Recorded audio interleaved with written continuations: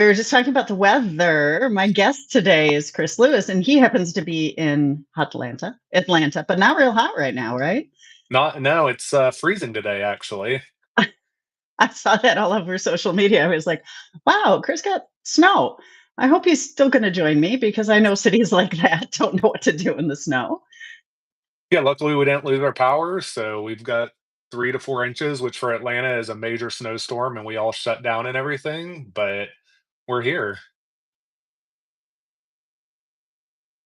My volume is doing the echo thing, but I think I got it. There's Maggie Craig. Good morning. Yeah, I lived in DC in the 80s and I moved Mm. there at the end of a January and I was from upstate New York where it was Syracuse and Ithaca, that area to be precise, where it's very snowy.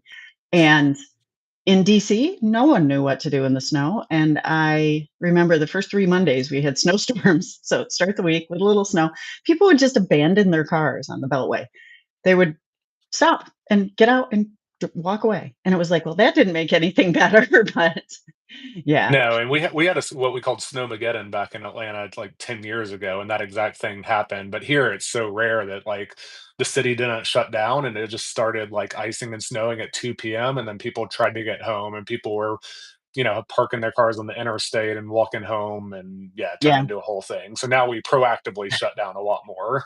yeah, it makes sense. When I was a kid, we had snow days in upstate New York, and when I was in Syracuse, in particular, I worked in the university area, and they had a very complex evacuation plan for snow, where they would let people go based on because a lot of people would commute 90 minutes, 2 hours, like to Rochester, wherever.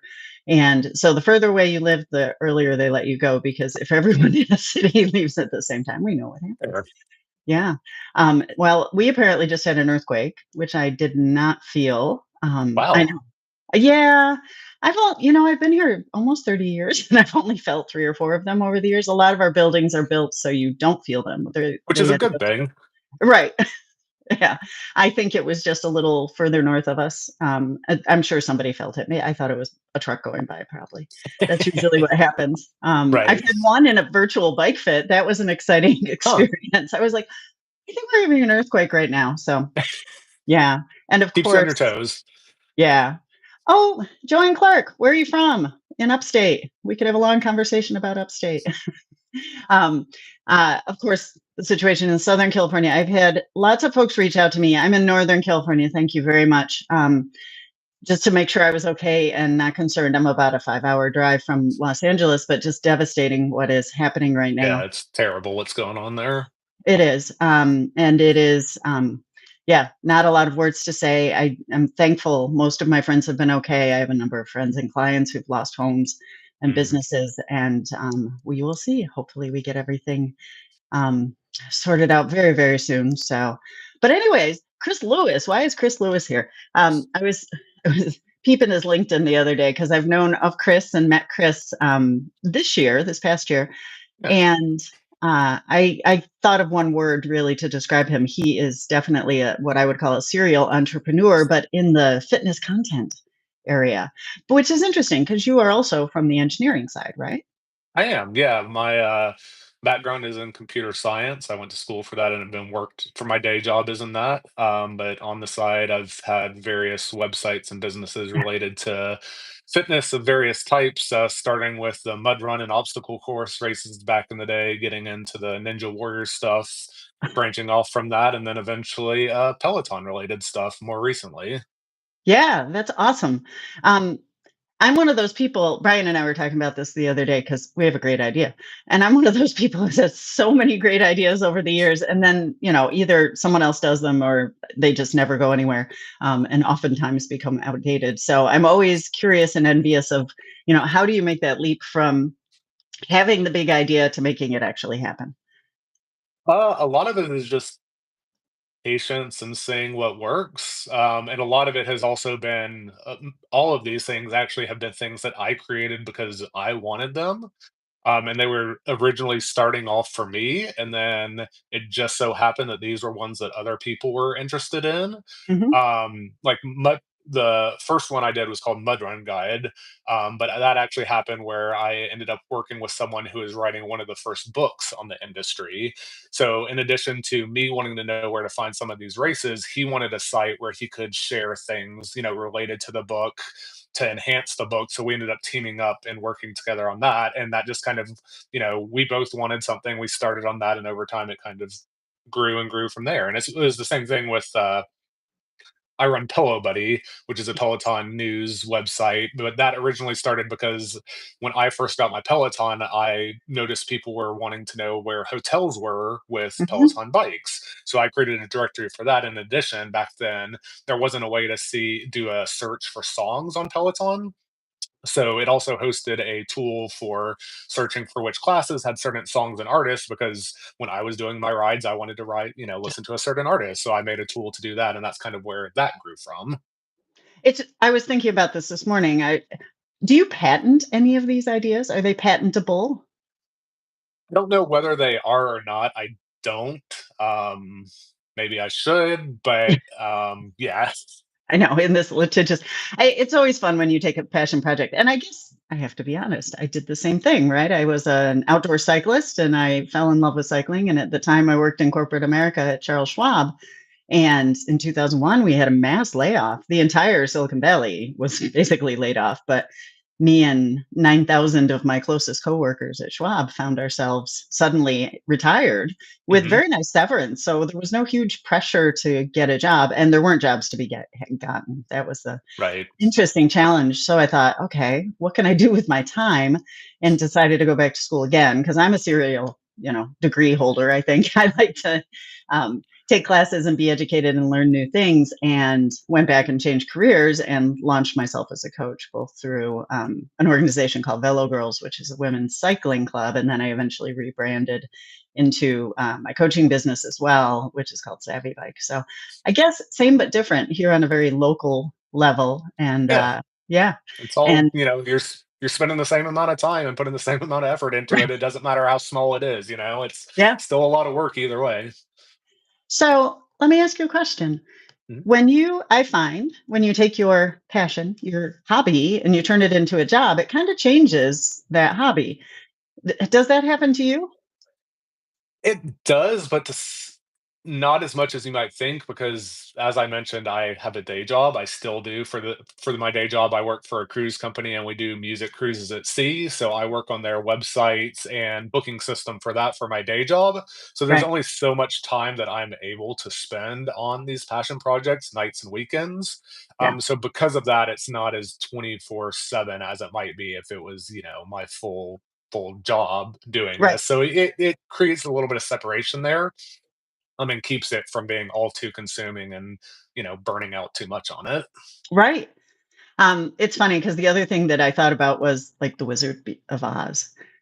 That's what the software guys are in my mind. They're like the guy behind the curtain, and I was Behind the thinking of scenes. exactly, like Chris. Chris has, Pillow Buddy, his podcast. He's not on his podcast. I'm like, "What? You hire talent. Why? I would have him on a podcast so I could be on it." But you were providing something, and you merged with another group of individuals, right? Yeah, And I there was another. Yeah, I'm like you were saying, I'm just more behind the scenes. But yeah. more recently, I have here and there jumped on the podcast now and then. Like back in the day, we actually used to interview people as part of our segments, and Jeff Heim was one of our first guests who's on here. So we've got some experience bringing other voices on, and I'm happy to be behind the scenes and stuff and Yeah. let other people be on camera. Yeah. That's awesome. I was gonna say one more thing, and I can't think of what it is, so that's all right. I know. I know. Well, and I was thankful that you decided to, join me today. But Yeah, let's happy talk to. about the tell us your Peloton story. Let's start with that, and then we'll talk about where you're connected with us. Yes, so I was originally back in the day I did some triathlons, I did some cyclocross, so all outdoors, but I had a indoor trainer, I put my road bike on it. I would mainly do trainer road and do training plans based on that. I had a friend who had pre-ordered the Peloton tread and Mhm. said, "Hey, I've got free access through this. Do you want to check it out?" So I tried a couple of the Peloton classes, found they had power zone training. Matt Wilpers was what got me into it with power zone training. Really enjoyed that. So back in 2018, I found a used Peloton bike on Craigslist. So me and that same friend went and picked it up an hour away and drove it back. And I just ended up enjoying that. So at that point, I sold my trainer, and started focusing my indoor riding on the Peloton. That was kind of what got me into it. That's awesome. And do you still ride outside? Not as much. See, you took the other the other still have direction, right? I did, yeah, I went full indoors. I've still got a road bike. I am signed up for I did it a couple years ago, but I'm signed up for the Hincapie Grand Fondo in Greenville this fall. Nice. So if nothing else, I'll be doing that outside and, I'll be doing some outdoor rides leading up to that, but, Yes. nothing besides that on the calendar for I have Right. to get outside for. Yeah, it's interesting because I find a lot of the folks who are in the Peloton world, this is like their gateway drug for outdoor training, right? So they go to the gym and they're using the elliptical, and it becomes a treadmill. I couldn't think of the word treadmill for a minute. I was telling Chris earlier, there's something in the world that I'm very allergic to, and it happens to be a plant, a tree that blooms in January. It's called acacia in this country. It's called mariposa in Italy, and it is Mariposa season. And my ex brought me from a bike ride a bouquet one time of Mariposa. He carried it in a pack all the Oh, way back, man. not realizing I was highly allergic to them. So my eyes are very swollen right now. But that should have I thought I was just boring you to I tears know, personally, right, but me tears. I know. That should have been an indicator of how that relationship was going, but, yeah, so it is Mariposa season, so I'm feeling all kind of puffy. My rings are puffy and or my fingers are puffy and all of that, so, I'm looking at all this crazy chat going on. So, good luck with Hincappy. I'm sure we will, thanks. as most years, have a presence from Team Wilpers, and Matt tends to be there, depending Yeah, I on met up with him and some of the road riders back when I did it a couple years ago. So we did the pre-ride shakeout and met up with some of them for that one I did a couple years ago. yeah. That was super fun. I did that not this previous season, but the year before. So, Nice. so tell me about your relationship with Domestique. Who are you? Yes. What do you do? So Tell us more because we're loving Domestique. so one of the things that I spun off of Pillow Buddy, which could have been part of it, but I made some power zone timers and a power zone search. And that was over on Home Fitness Buddy. And that was another thing where same sort of thing. I just wanted this sort of tool, and built it. And then originally, back when it first started, like it was 100% manual. Like I was having to go through the classes and literally figure out the seconds. More recently, Peloton started, sharing that data a little more easy, so I was able to automate some of that. Mhm, But I ended up talking about that tool with Andy Drexler, who he had a website called Domestique, and it was an app, but you could do different types of FTP and ramp test. And he was thinking mhm. about expanding that, and was interested in talking about the power zone timers and that sort of stuff.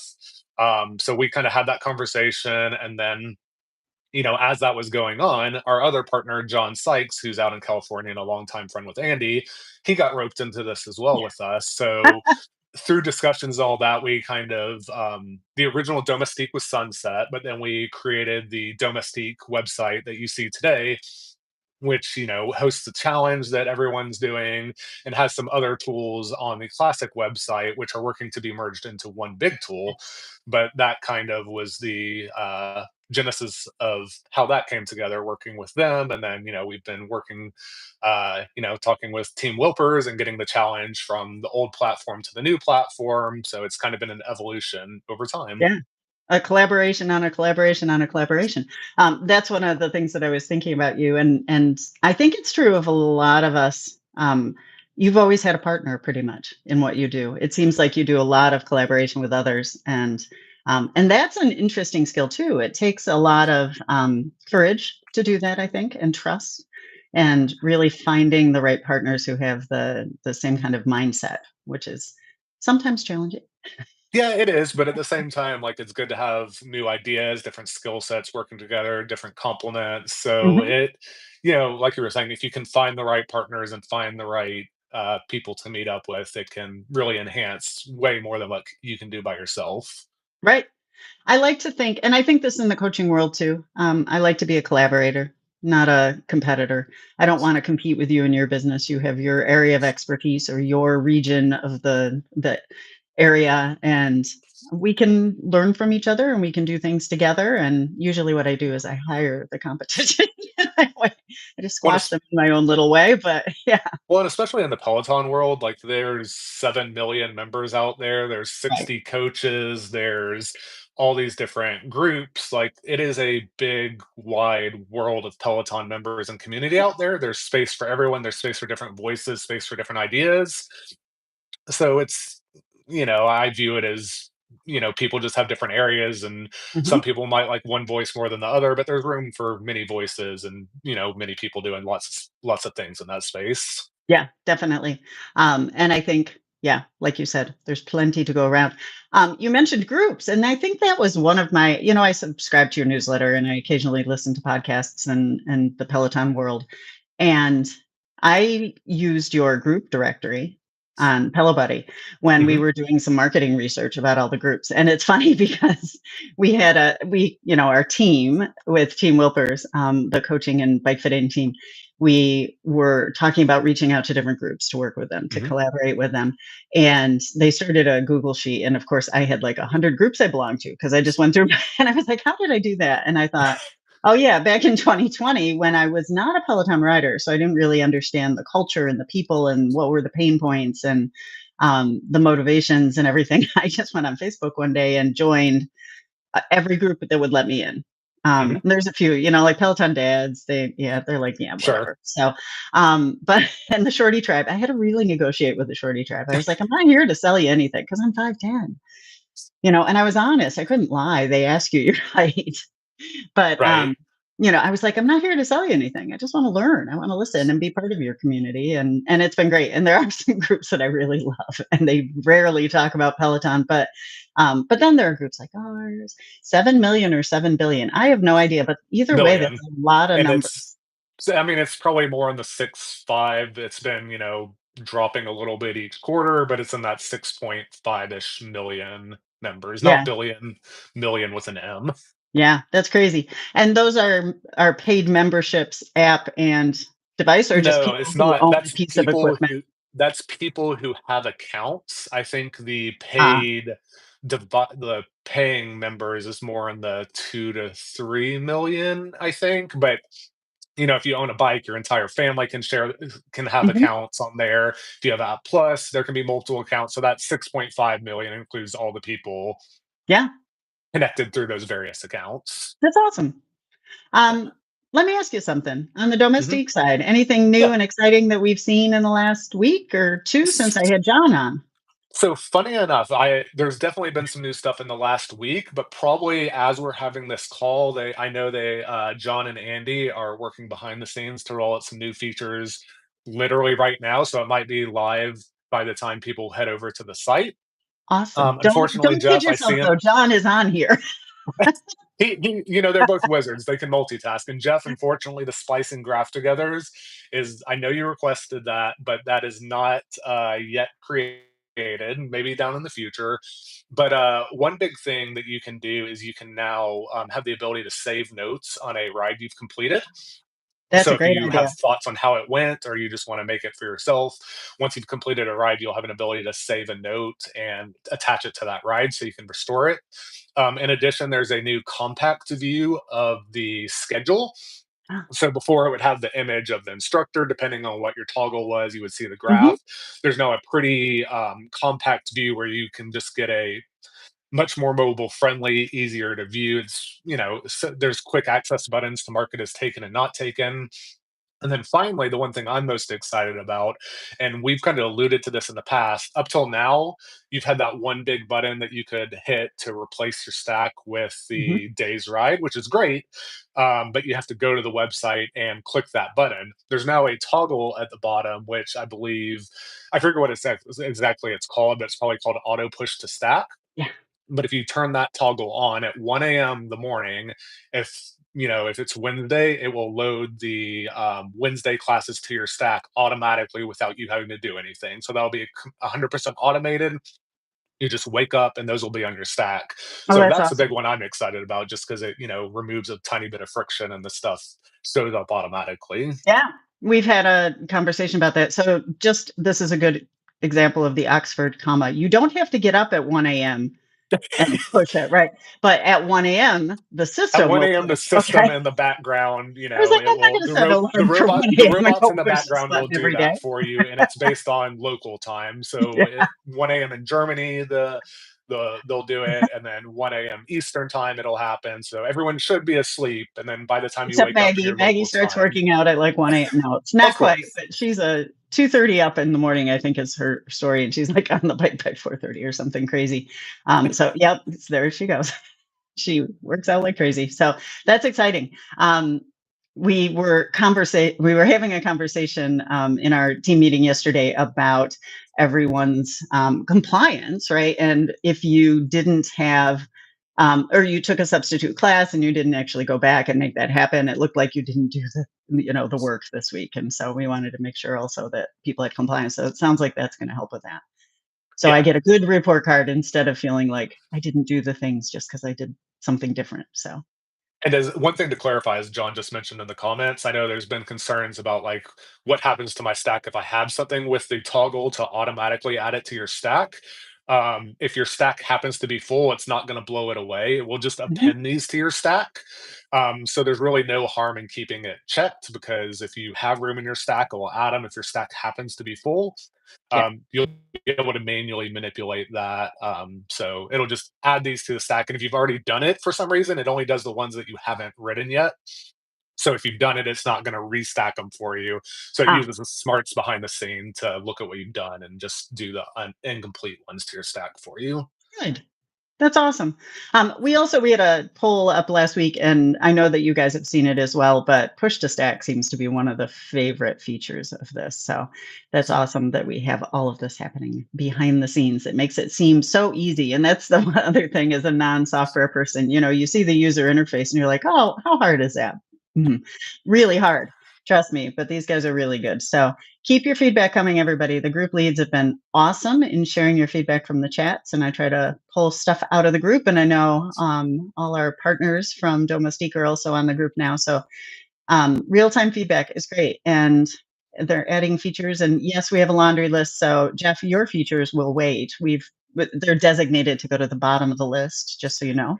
Um, He's very familiar with that. yeah, So he can write another couple essays about reviews of rides while he's waiting. But yeah, exactly. So, no, it's great. Tools like this get developed in a way that's user friendly, not because one person uses them and thinks that's the way to go. It's because a whole bunch of people do, and then we see what sticks. So that's awesome with all of that. I want to move on. We're going to talk a little bit. I want to talk about the training cycle because a bunch of you had a wake up call yesterday, which was a pretty significant Power Zone class with Tunde. And people are like, holy crowley, what is going on here? So let's talk about FTP and how we progress through a training cycle. We're at the beginning of a training cycle, and this is really base foundation. And a lot of folks are like, why are we doing high intensity in base? Why do we do high intensity in base, Chris? I bet you know because you're a smart guy. And if you don't, that's okay too. I mean you're the professional, so I'll let you you take that one. Well, as we only do aerobic fitness, what happens? We start to lose that high end. And as you all know, the high end is the hardest thing to maintain. So it's pretty standard these days to include a little bit of intensity, maybe 10, 20% of what your total volume of the week would be. For those of you on a lower volume plan, you're finding it's a little more than that. But that's going to help keep your range fresh, right? We talk about raising our fitness from below, pushing it up and pulling it up from above. We need to keep pulling it up from above. So, and we also find as we age, that's even more important. So, athletes over 40 or 50, you're going to find we tend to do some VO2 max and some high intensity work year round. Not a lot, but enough to keep you fresh. So, in the past, we always had the idea that when you were in base phase, you should only do base, that it would, hurt your mitochondria if you did. And it's like, no, we know that's not true now.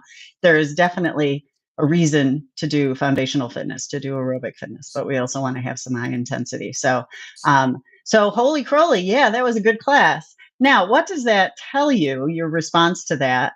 We had one other high intensity class this week too. I didn't see quite the same response to that. Wait a minute. Was that an Olivia class? Was Tunde's class harder than Olivia? Do we have a new no. So, The first and time ever that's been said. I know. Um, so, things that you should think about as you start to add in intensity. First of all, is your FTP accurate? Several of you have said, "Oh, I tested recently," or haven't tested recently, and I couldn't do this class." And if I have a hard time with one workout, I'm not going to say, "Oh, my FTP is wrong," or "I'm just terrible." What I'm going to say is maybe I had a day that my eyes were swollen from the Mariposa, or I didn't sleep well, or that kind of thing. So, maybe I trained in the morning and I usually train at night. My body isn't used to that rhythm. So don't take one class as an indicator of where you are right now. Are you a morning or an evening exerciser, Chris? When do you train? Evening slash afternoon if I can. The only time I like to joke that if I had my way, the only time I would, work out in the morning would be races, but Yeah, doesn't always I work out that way. I like to do outdoor training when it's warm, I have to admit, and it's not so much about the temperature, it's that I don't wanna have to, like, pull layers off and put them somewhere, and I Right. like to go out and wear what I'm gonna wear for the whole day, and sometimes I'm out there for a long time, so I used Yeah. to joke I was the crack a noon club, but as painful as it can be to, get on the Peloton in the morning, I like to do the 6 and 7 o'clock workouts because you're done and your energy is good. And when I do the evening workouts, I don't sleep quite as well. So that's kind of normal. I'm But one of the rare ones who mostly do the live, like, I love the 7 PM rowing classes when that yeah. was before they got rid of those. I joke that the only time you'll see me on a 7 AM or 8 AM live Peloton class is if I'm in studio and having to get up that early to do it in person, but Hmm. at home, it's, very unlikely that I'm doing those, live. Yeah. Yeah.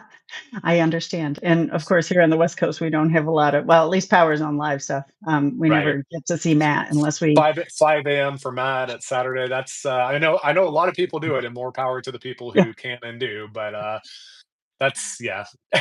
Yeah, yeah. I love my sleep. I'll just say that. So, anyways, back to the question, is your FTP accurate? And there's no shame in, let's say you did your test and then you were sick for 2 weeks and now you're trying to train on a zone that really isn't your zone right now.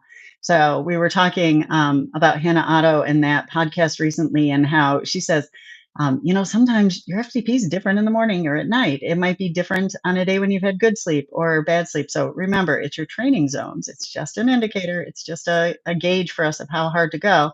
If we don't have an accurate gauge, we're not getting accurate training. So think about that. Is your FTP accurate? And if you have a couple classes where you're really struggling, I would say maybe think about changing your FTP manually. Or if for some reason you're Jeff Heim and zone 7 feels easy, maybe you need to adjust up. But for most of us, it's like, whoa, high intensity is hard. And it's going to be hard the first time. And I would say if you can go in with that mindset, that's a really good idea because these are your, shiny new zones. We're going to test them out.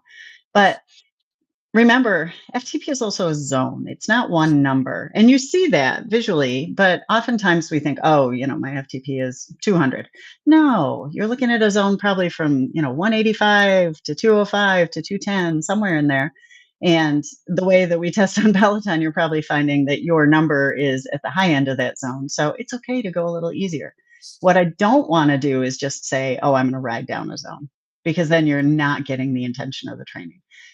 So it's okay to change your FTP. If you have questions about it, DM me. I'm happy to chat. Um, Anyways, let's talk about how we're executing these workouts because I think that's important. Most of the time we get on the bike and we think, okay, do I have a towel, a fan, a whatever, a snack? And we don't really think about how am I doing this training because we have someone telling us how to do the Right. training. But I would say if I want the most out of it, where am I going to ride in my zone? Where do you ride in your zones, Chris?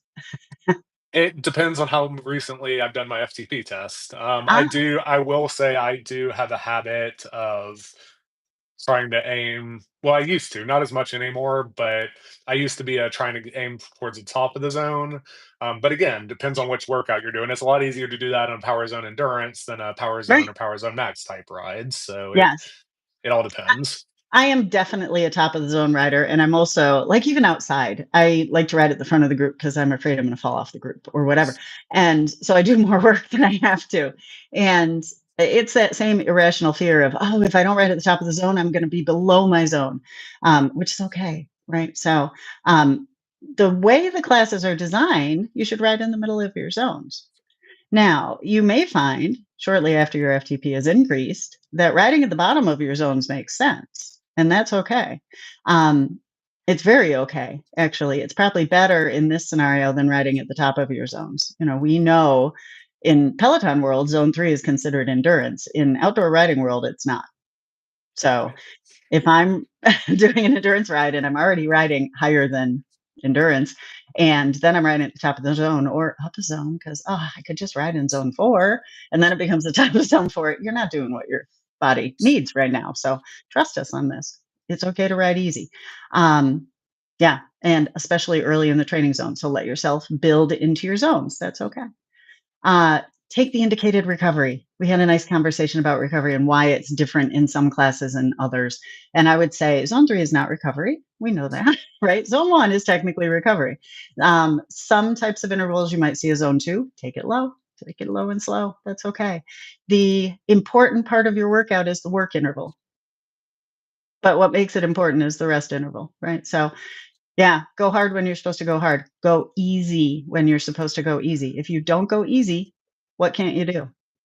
Go hard. Yeah. So, From what I've it seems like a lot of people, like, that's a mental thing that a lot of people have in the probably everywhere, but in the Peloton world especially, is mhm, making sure to take the recoveries and take them easy because, I'm only here on the bike for so long, I wanna get the most of my right, workout, but, like you were saying, if you can't take the recoveries, it's gonna hurt you the next day or even just getting to the max that you're supposed to right, during that specific workout, so that seems to be a exactly. common issue that, people have with going Mhm. through workouts. And I will say, I made this comment to someone. Messy graphs are okay. Messy graphs are perfect, in my opinion. So don't be afraid of that. Don't be afraid to try the interval and fail. We don't fail, right? We learn. So we learn how to pace. We learn how to recover better. You do your second interval and you can't do it because you went too hard in recovery. Well, then take the recovery the next time. But what's the intent when we have recovery in our intervals that is zone 3 or higher? The goal there is to keep the effort high. So even though we're taking some strain off the legs, we're keeping the cardiovascular system engaged at that high level. So that's the difference between taking a zone 1 or a zone 2 recovery and then an interval base that doesn't really dip into recovery zone that stays in like 3. So they're all important. Yeah, Will Jolly just said, "Good work doesn't have to be painful work." He's a psychologist. He has that. It's a good line though. I mean, it's a It good way to is. phrase it. It definitely. Um, Bob Cuccaro said, "I raise my FTP so I can lower it at any time." And I offended Jeff. Sorry, Jeff. No, I didn't.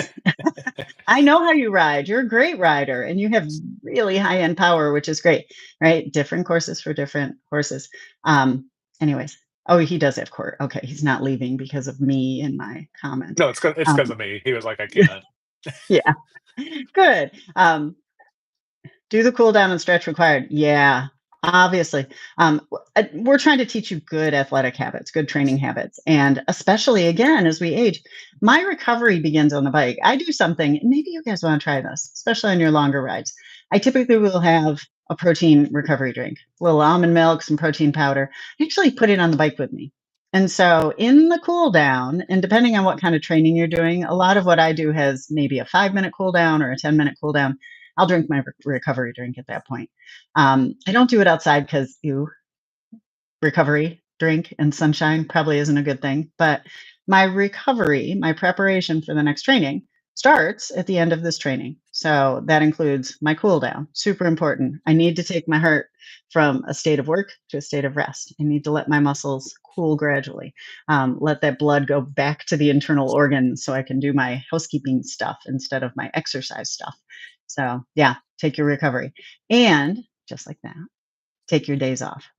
So give yourself a day. I took one yesterday. I didn't sleep well Nice. the night before. I had to produce a video that was a little stressful for me and had me really ramped up. And I was supposed to have a workout in the morning and a workout at the end of the day and do strength, and I was like, I physically and mentally couldn't do it, and I feel great today. So I'm like, okay, which means my workout today is gonna be awesome. So It's amazing what a little bit of rest will do sometimes.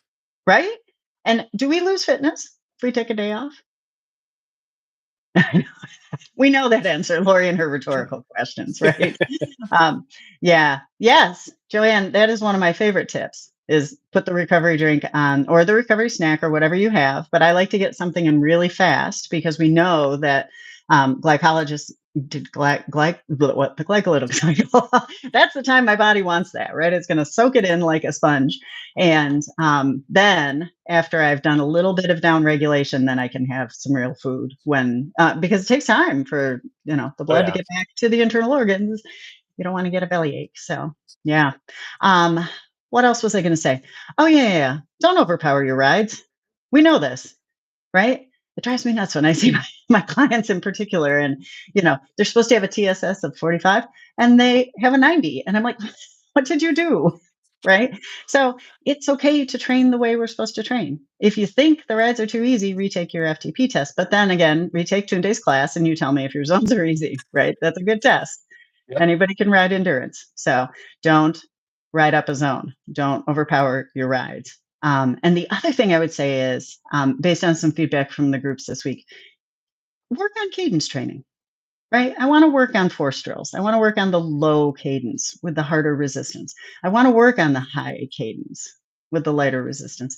This makes me more flexible as a human, as an athlete, right? Metabolically flexible. What does that mean? It means I can do more things. It means when I get to those hard intervals, they're going to feel easier. It means that I have an extra tool in my tool bag, which is I can increase my cadence to go harder. I can increase my resistance to go harder, or I can do the combination of the two, which is really the sweet spot. So do the cadence. I hate I shouldn't say that. Low cadence is not my preferred cadence, but training low cadence for me has made me a better cyclist because it's given me more flexibility there. So I'm I the same way. I'll take that high cadence. That's my preferred, but still got to work on that low cadence. we But do. Absolutely. And especially as an outdoor rider, I will say if you, every time you shift, there's an energy loss in a bike. It's physics. And so if I can, instead of shifting the gears on my bike, I can shift the gears in my body basically and make it up that short little punchy climb or create power on a downhill. Hello. You're not supposed to coast your downhills, hammer. Well, when you can. But right, I should be able to produce power in a variety of ways. So yeah, easy gear, hard gear, uphill, downhill, uh, flat. Yeah. single There's speed. exactly. Oh, fixed gear, right? So oh yeah, we are on fixed gear. So anyways, that's it for training and executing our workouts this week. So I want to we started last week and this was my favorite part of the webcast was what I'm calling my rapid fire round. And so I warned Chris, I said, come up with a few questions. So do you want to start? You want me to start? Uh, I'll start. Okay. All right. So, bucket list ride if you can go and ride anywhere. Haleakala. Okay. iPhone versus Android. iPhone. We already covered. Well, no, we didn't. We answered another cold or warm weather riding. Warm weather. All right. Rim versus disc brakes. Disc brakes.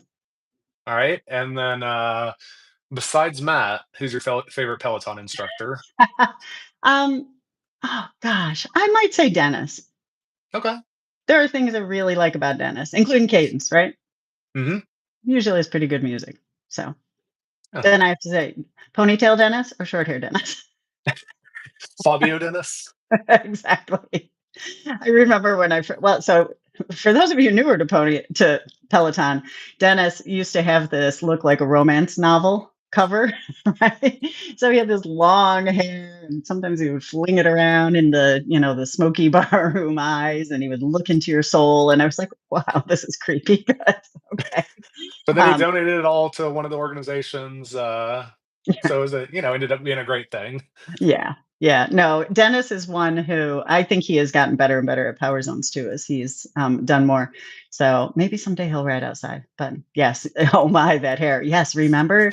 And they're all disappearing from the platform. I'm like, ah, they were ponytail Dennis has to come back. But anyways, There's okay. one or two will probably, Yeah, save make it through the purges.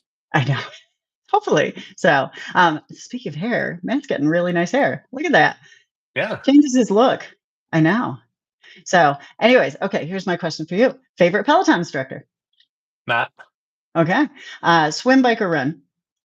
Depends on the day. We'll go with bike today. Okay. Coffee or tea? Neither. I was gonna say Pepsi, Coke. Coke between the two, but What do you drink, Chris? No. Um, water, oh, good for you. Me too. Water and coffee. Oceans or mountains? oceans. Living athletic idol. You can admit it. It's me. No. There we go. Yep.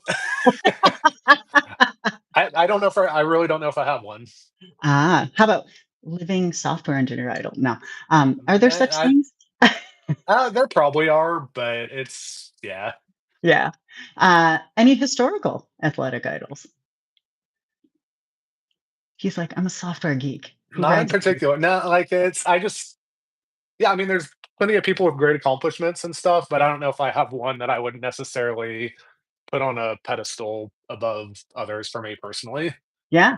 This explains a lot to me about Chris and his personality, right? And how he is the guy behind the scenes. That's what you like. You like the people behind the scenes, I think.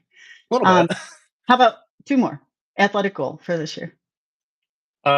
Consistency. Good. That's a perfect one. Everything else will happen with consistency. Personal goals. Uh, Stay healthy. That's another good one. Good. Any new websites in the works? Oh yeah, Domestique. Yes, Domestique. Got it. Yeah, Now there's the limited amount of time I have is plenty busy between working on Domestique and Pillow Buddies. So yeah, the lots of it, like we were hinting at, and like we're saying, literally while we're having this call, new features are rolling out on Domestique. So there's plenty of stuff coming down the pipes and plenty of new ideas of directions we can take it. It's just a matter of having the time to add those new features, roll them out. But there's yeah. lots of cool directions, lots of things that could be coming down the pipe from that. That's awesome. I'm so excited. Okay. Uh, next weekend, just a reminder. Next weekend. Yes, next week. I have to look at my calendar for a second. Pelofondo. So Maggie Craig, who's on the call, set up a Pelofondo team for Team Wilpers. There's still time to register. I checked the site today, so you can sign up. You can be part of the Team Wilpers team if you're interested. For those of you who have no idea what Pelofondo is, this is a 2-day event. This is their capstone event, and it's an endurance-based challenge. So you set a mileage goal. It can be 1 day or 2 days, and then you achieve that goal, hopefully. And what I would say is be smart. If you're riding 90-minute ride max, don't set a goal that's going to take you 8 hours. It's silly. We think, 10 miles, 100 miles, pretty close. No, it's not. In your car, not on your bike. So make a smart goal so you don't destroy your training for the next week, but go for it. Get that medal. Have a fun time. Show us what you're doing on the Team Wilpers page, and we'll cheer you on and be very proud of you. So, yeah. Have you done Pelofondo, Chris? I have. I've never really set like a 100+ mile goal or anything before. I've been done more what you were talking about was kind of looked what I had training and just use Hmm. that to kind of contribute to a team. Um, so yeah, I've never been one to do like I've got to go do 100 miles this weekend for Right. Pelofondo. Yeah. It is okay to double dip your training, right? It's okay to use your Team Wilpers training for your Pelofondo. So, and we encourage you to do that. We're still talking about ponytails here. I'm like, okay. Um, I know we miss Dennis's hair. Come on, Dennis. So, anyways, let's talk about next week. So, the note I wrote for this was sounds like Olivia has some competition for being the toughest Power Zone instructor. Yes. So, interestingly enough, next week we have an easy ride with Olivia, but we're going to start the week with some rest. Rest. Do therapeutic things. Rest. Use your sauna, your foam roller. take a meditation, stretch, a walk, easy, rest. You know why I was so tired also? So I was in my studio all day on Wednesday, which is my rest day, right? That's not rest. I'm staying on my Right. feet, fitting people on bikes for 8 hours. That's not rest. Different So different type of work, exactly, it is, but and I still have to be work. mindful of that. When I do the physical things, I can't call that a rest day, and it's gonna affect my training, so I have to be Mhm. mindful. Tuesday, we're gonna ride with Christian, and you'll notice Tuesday, Thursdays are gonna be our quality workouts, our more intense rides. This will be a 45-minute power zone ride. On Wednesday, Samuel, 45-minute endurance. Don't overpower this ride. Those of you who thought yesterday was so much harder than Tuesday, go back and look and see what you did on Wednesday. Boy, did I confuse anybody with that? But you know what I'm saying, right? If you went too hard on your endurance ride, I almost put all zone 2 rides in again. And I thought, we'll give them a little fun. But if you went too hard on Wednesday, Thursday was going to be hard. So make sure you take nice, easy endurance, right? It's hard to go easy. So Thursday, first Power Zone Max ride. It's gonna be awesome with Christine. She's nice, right? She won't kill you. It'll be Uh, something crazy. Depends on the she'll ride. she'll try to kill you maybe, but um, and then Friday is a rest day. And again, I would say rest or active recovery, something nice and easy, easy, easy. Probably would stay off the bike unless you really, really need to do a ride. So make sure you take that rest. Long ride with Matt, so 75-minute ride. And you got this team, right? Maggie's like, Powers on Max. Yeah, yeah, yeah. She does these in her sleep. Anyways, if you need a shorter ride on Saturday, that's okay. But we've got a 75-minute Power Zone Endurance with Matt. And you can always take his live ride too. He texted me the other day. He said, "What do you want me to do for my live ride this weekend?" I was like, "I love this." I was like, "Do more cadence work, Matt. We'll see if he does." Um, and more zone Well, two. and Kristen's 30-minute ride that just dropped was some good cadence work as well. That 30-minute power zone ride, which is actually all zone 2 and 3. Ah, okay, good. Good one for Um, cadence work there. Yeah. And Christian, again, being an outdoor rider, being a pro who has trained the way we're trying to train you for decades, great cueing there, great visualization. So definitely. And I will say, not every pro is a good instructor. I do think Christian's a good instructor and he understands the principles of training just based on his life experience too. So, yeah. Oh, yeah. And then Sunday, 45-minute power zone endurance with Olivia, so you can make it nice and easy and get out of the saddle at 400 RPMs. No, don't do that. Out of the saddle is always optional, by the way. There's a video that Greg and I did last year about how to get out of the saddle and pedal. So if I think it's pinned to the top. If you're like, oh my God, I can never get out of the saddle, it's too hard. Check out that video. It might help you. It's all about the up. We'll say that. Think high knees, knees to the handlebar. Um, I think that's it for the week. It should be awesome. And so you're going to finish with Pelofondo and join the chat groups if you haven't. There's an awful lot going on there. I try to, I have a little OCD, so I have to go back all the way to what I've missed, and then it's just a ridiculous process on Facebook. I'm the And same if way. Like if I'm in one, like I feel like I need to, keep up with it. So right, right. And then if you respond to something, you reply, it takes you all the way back to the bottom. You have to go all the way yep. back up and figure it out. And I'm like, why can't I make these chat windows bigger? I don't think you can. And it's like, anyway, but join the chat groups and feel free to post everything that's interesting and awesome in your life on the Facebook group as well. And hashtag Team Wilpers Cycling. And wow, any closing words, Chris? I don't think so. It was just great chatting with you and excited to see all the, things coming up. So Yeah, I was very excited that you said yes. So thank you. yeah, Um, thanks for having me. Yeah, everybody have a great weekend, and we'll see you next Friday. Yeah, I think that's it. All Train right. smart, train whatever, and always have fun, as Matt would say, right? Train hard, train smart, and always have fun. Bye. There we Thank you. go.